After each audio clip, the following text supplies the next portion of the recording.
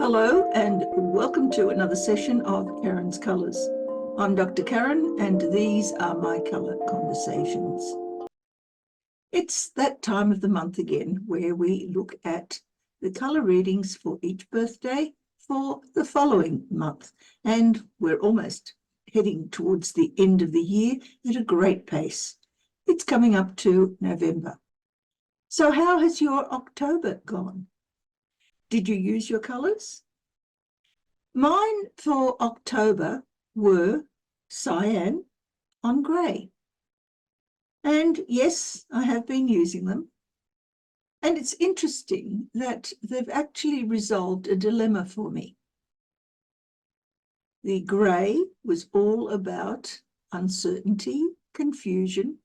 And what were those about? Well, basically, it was whether or not I would continue to do these sessions. Mainly because they take such a long time to both read and also edit, but also because there hasn't been a great deal of online engagement with them. Nevertheless, the cyan says, wait. And so I did. And out of the blue, so to speak, came a private message from someone who had been invited by a subscriber to have a look and to consider and to give some feedback. I received that feedback on my channel's Gmail account. I'll put a link to that down in the show notes below, in case you would prefer to talk to me privately rather than engage on a public forum. Nevertheless, it was very heartening, and so here I am once again. I hope that you too have been using your colours if you are so inclined, and that perhaps it has made a difference to the way in which you would normally respond to situations in your everyday life. If you have, please let me know, because I'd be interested to find out just how accurate a lot of these readings are. They certainly are exceptionally accurate when someone is choosing their own colours, but these are general readings, and so not everything will resonate for every person, and I'd like to know just how close those resonations might be, if at all. So what are we going to do this time? Well, the oracle I've chosen for this session is the Medicine Woman Oracle. It's primarily feminine, but then so is cyan. And hopefully it will have some messages for you that will be of benefit as we go through the process. And now for a reading for people born in the month of October to see how their November 2025 will travel. And firstly, we choose an oracle card.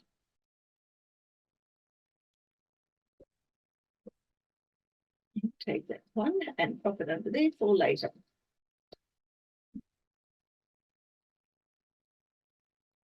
I want a colour reading for people born in the month of October to look at how their November 2025 is likely to eventuate.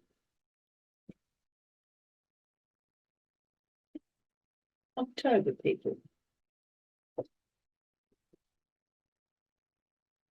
Well, we begin with blue on grey. We move to purple on white, and then to blue on orange. And the underlying energy is red on grey.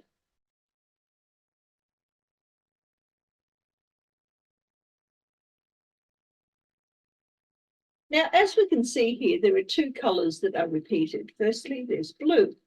Blue appears in the incoming energy for the month as the action, and it also retains its same position as we leave the month. We've also got grey here as the need or drive that enters the month, and also as the need or drive from the underlying energy that permeates the entirety of the month. So let's have a look at this underlying energy. Red over grey. Grey is all about uncertainty, confusion, trying to find a middle road. And this is, in fact, what is the need or drive that you have here as your underlying energy.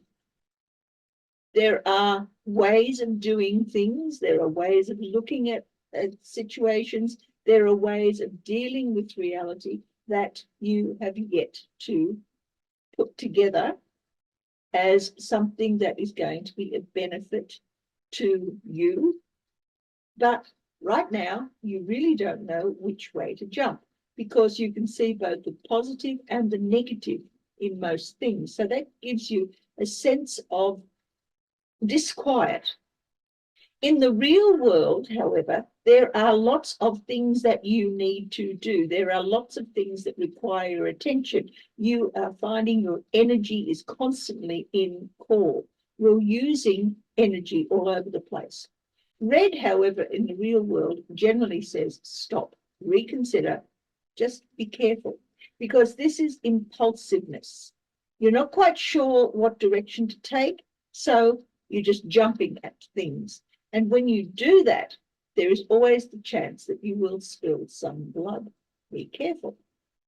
Coming into the month, you have blue on grey. It's that same driver, that same need to overcome the confusion, to be able to find the differences between the black and white of any situation, to find that middle road. You need that. But in the real world, what's been happening is that instead of here, where you've been flat out busy doing stuff, here it's all been routine. Every day is pretty much the same as every other day. You get up, you have breakfast, you do whatever it is that you have to do, feed the cat perhaps, and then you go off and do your daily chores, and eventually you get to the end of the day, and then you get ready for bed. And all the time there is this disquiet going on underneath, because all of these routines, all of this duty that you are doing is not actually firing off any inspiration, even though there is potential there for that inspiration, because we do have white inside grey. Now, when we add these two together, you have red, we'll try again. We have blue and red as both actions. Now, blue is basically associated with nurture and red with dominance.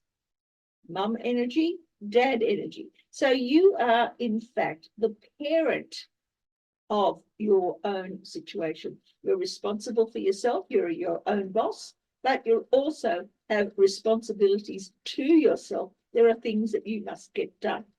So maybe it's things like having to go to work. Maybe it's things like having to fix your garden or do the housework, or, you know, mend a fence, who knows. But whatever it is, there are jobs that need to be done, and you are out there doing them because you're the one that is responsible for it. You're the one with the energy and the wherewithal to do it.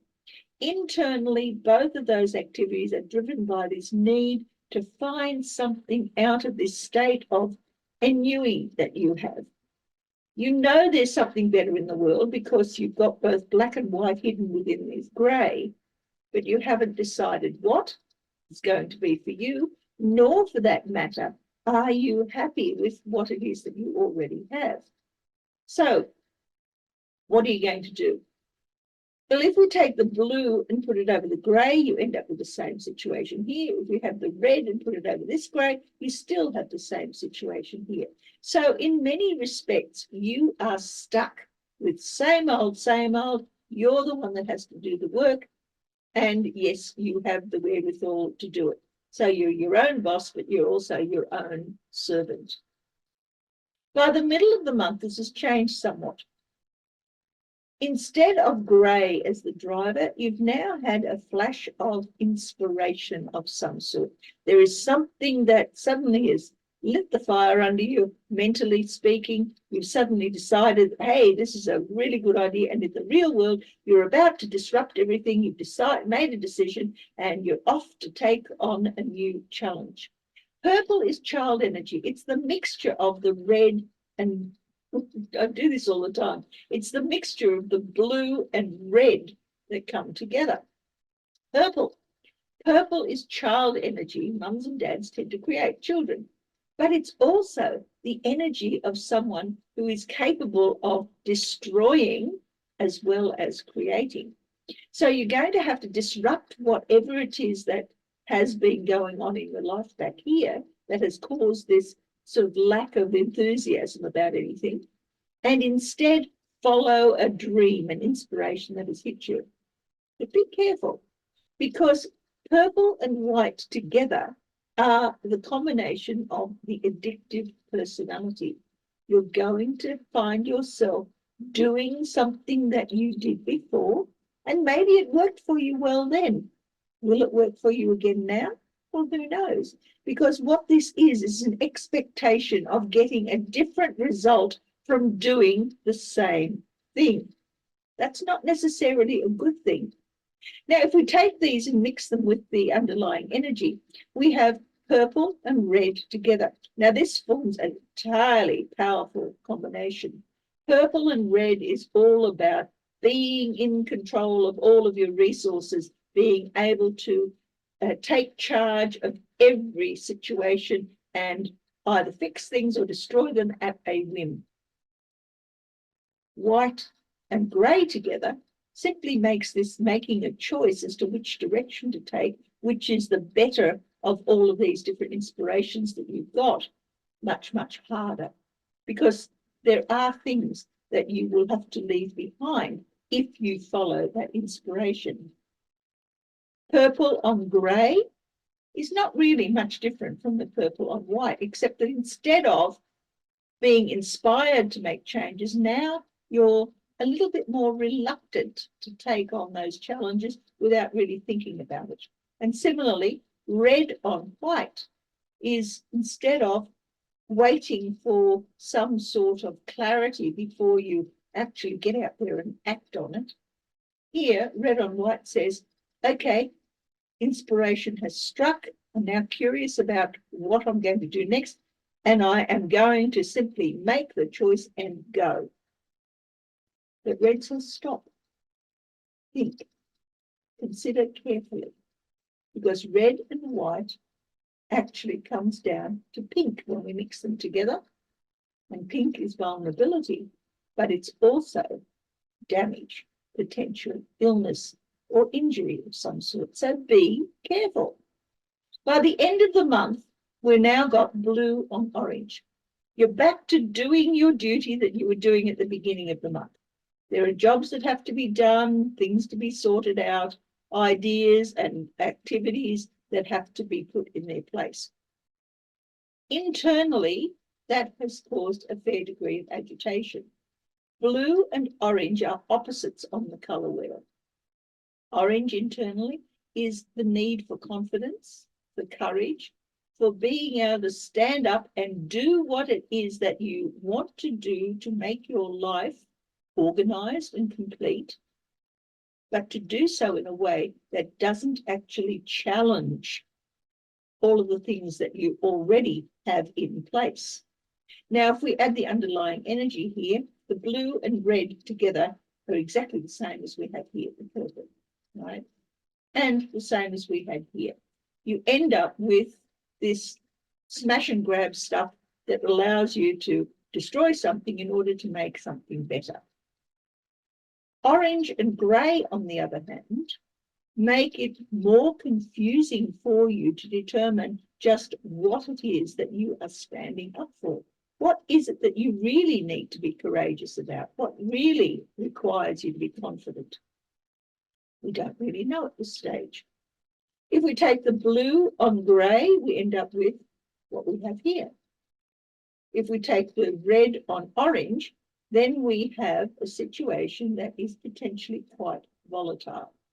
Orange is disquiet because some crisis has occurred. Red is impulsive behavior in order to deal with it. Again, be very careful. You don't want to be jumping the gun, getting into a situation that you find yourself having to spill blood to get out of, because that's the potential that's hidden in red and orange together. Let's have a look at the colours that are missing to see if we've got something there that might help. There's no black, but you do have white. You have red. There's no yellow. There's no green, but you do have blue. There's no brown. You have orange. You have grey. You have purple. There's no pink, and there's no cyan.